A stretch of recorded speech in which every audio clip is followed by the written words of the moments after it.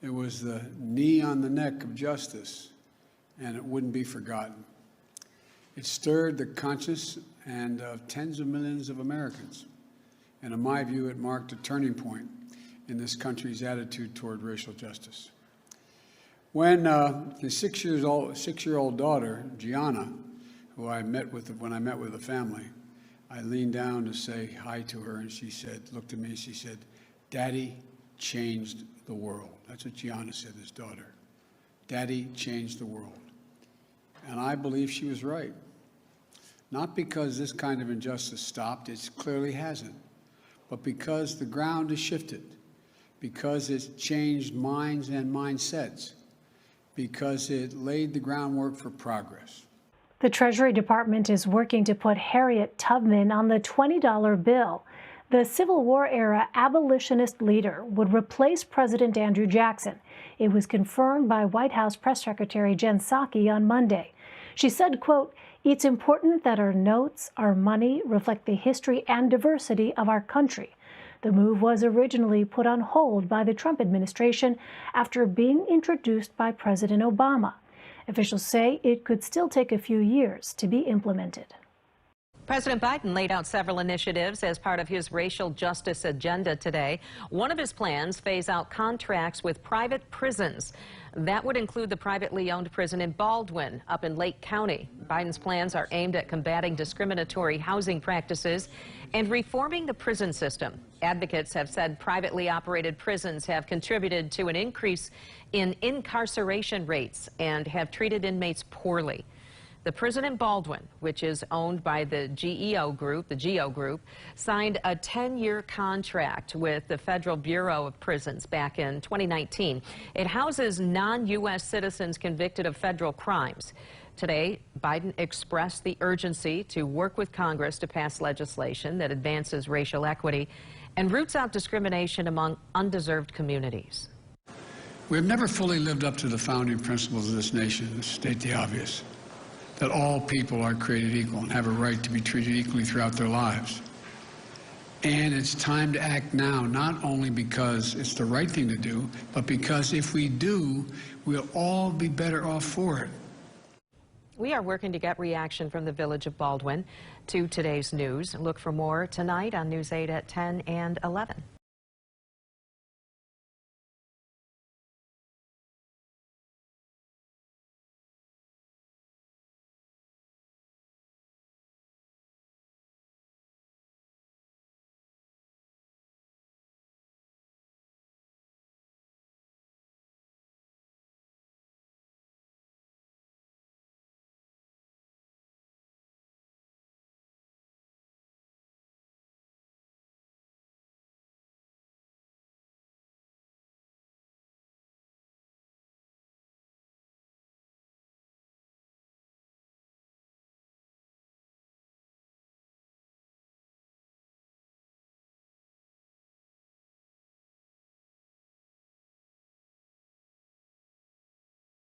We already have a nigger mayor. We don't need any more nigger big shots. I learned a lot, and I learned that and Corn Pop was a bad dude. I think the two-party system is good for the South and good for the Negro, good for the black in the South. Other than the fact that they still call me boy, I think they've changed their mind a little bit. If Haiti just quietly sunk into the Caribbean or rose up 300 feet, it wouldn't matter a whole lot. Is it because blacks are involved in Haiti? It was old media that got him in trouble. Personal comments he made about another White House hopeful, Senator Barack Obama. I mean, you got the first sort of mainstream African American who was articulate and bright and clean and a nice-looking guy. I mean, that's a storybook, man. He's going to let the big banks once again write their own rules. Unchain Wall Street. They're going to put you all back in chains. We have this notion that somehow if you're poor, you cannot do it. Poor kids are just as bright and just as talented as white kids. It's a long way until November. We got more questions. You got more questions, but I tell you, if you have a problem figuring out whether you're for me or Trump, and you ain't black. It don't have nothing to do with Trump. It has to do with the fact I want something for my community. I would love to see. Take a look at my record, man. I have a record that is second to none. The NAACP has endorsed me every time I've run.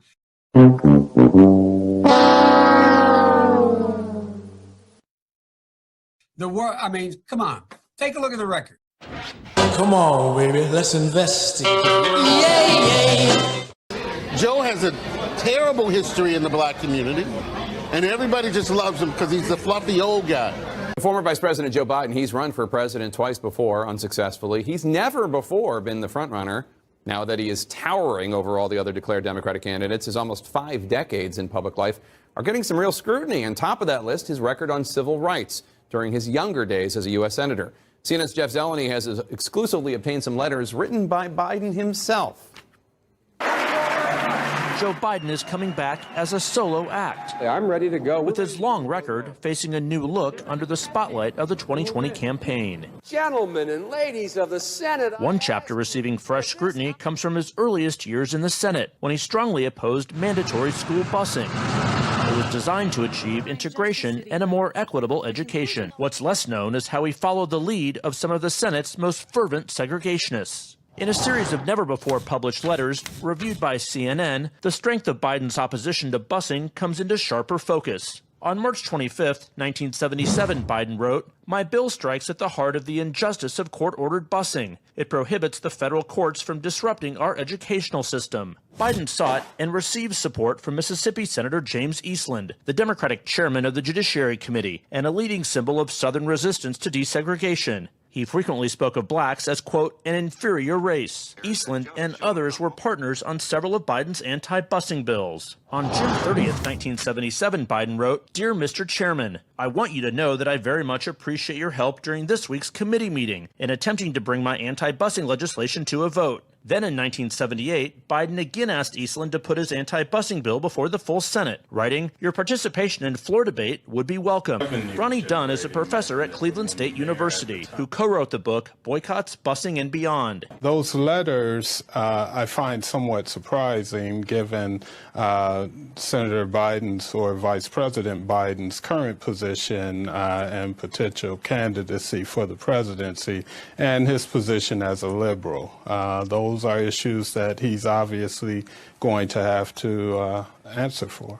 You said surprising. Surprising in what way? Well, the fact that he would solicit the support of staunch segregationists, James Eastland as well as Jesse Helms, introducing legislation as opposing busing at that time. Now to the race for 2020 this morning and new backlash against former Vice President Joe Biden. He's refusing to apologize as he faces growing criticism over comments he made about being able to work with others in Washington. But his examples were segregationist senators 40 years ago. Apologize for what?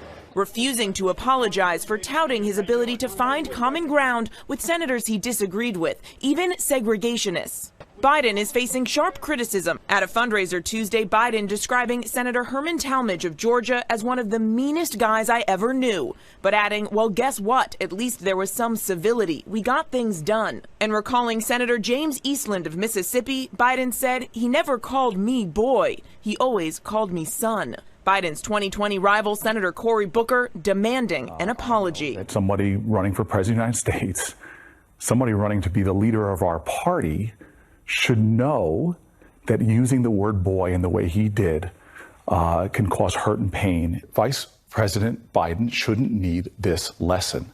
Now, Biden actually took it a step further, saying that it was Senator Cory Booker who owes him the apology. Cory should apologize.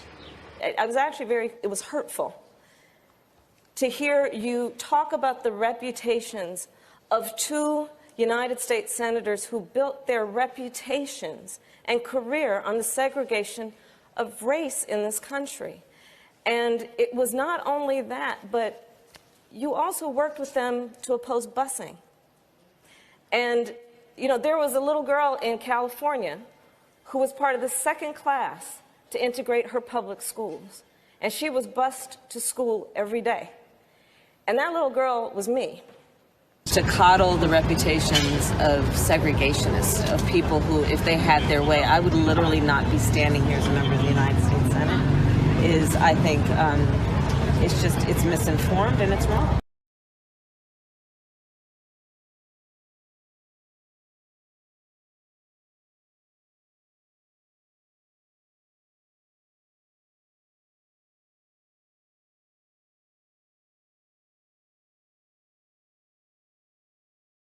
But Biden is not backing down. Apologize for what?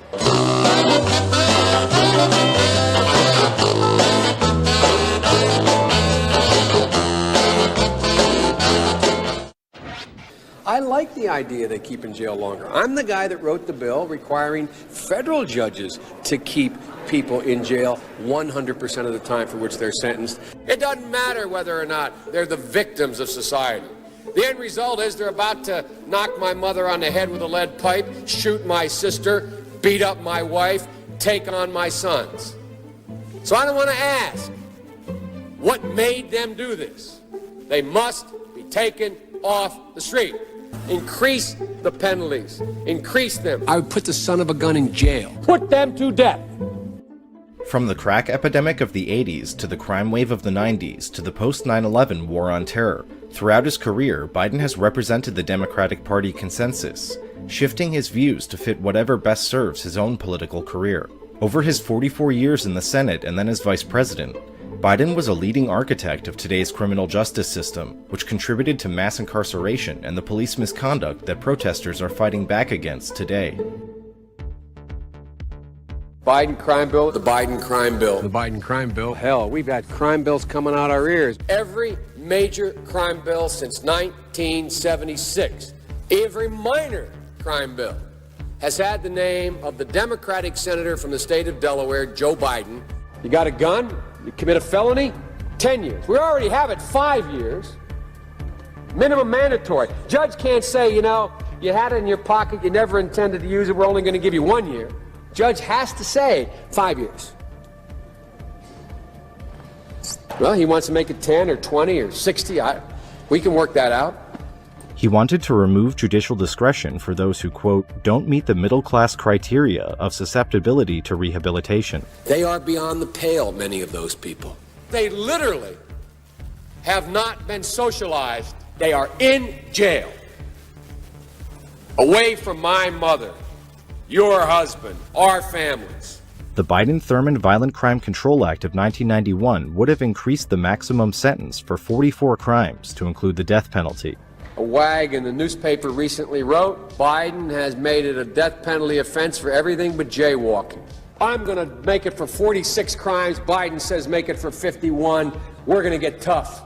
Then he presented the final version of the legislation. 60 new death penalties, brand new, 60.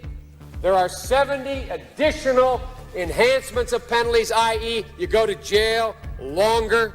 After his disastrous 1987 presidential campaign, Biden had staged his political comeback, in part by becoming a media darling on issues of policing and crime, and he led the fight to pass the landmark 1994 crime bill under Bill Clinton. When I wrote the original bill that started this whole process, the so-called Biden crime bill, I didn't call a liberal confab and write it. I didn't call any big society people and write it. I called the cops. A Democratic president wants 100,000 cops. A Democratic president wants to build 125,000 new prison cells. That's the secret. That somehow the Republicans tried to make the crime bill tougher. I say poppycock. They didn't make anything tougher. Found out that this midnight basketball isn't getting them together, a bunch of jive folks living in their city to do, try to see if they can be Michael Jordan. When they found out that we're keeping schools open, so gangs come off streets instead of out raping my mother, marauding me, robbing the local store, they're in a gymnasium. And my daughter will be safer, my wife will be safer, my mother will be safer, and I will be safer. And I will be happy. Never again should Washington put politics and party above law and order. Along with several laws passed in the 80s, the 1994 crime bill drove up the local, state, and federal prison populations. and it tarnished the reputations of Biden and Bill Clinton, who signed it into law. Hey, Clinton, do you want to take pictures of our people here? We're still in jail for what you did. When Biden ran for president in 2008, he told the New York Times that he knew more people would be locked up across the board. You ashamed of that bill? Not at all. And in fact, I drafted the bill. We had enormous success. The mass incarceration created by Biden's lock-em-up policies ripped apart vulnerable communities and families for a generation, and the federal funding streams and law enforcement infrastructure it created continue to hinder reform efforts. I'll do my job and I will take responsibility. You ashamed of that bill? Not at all.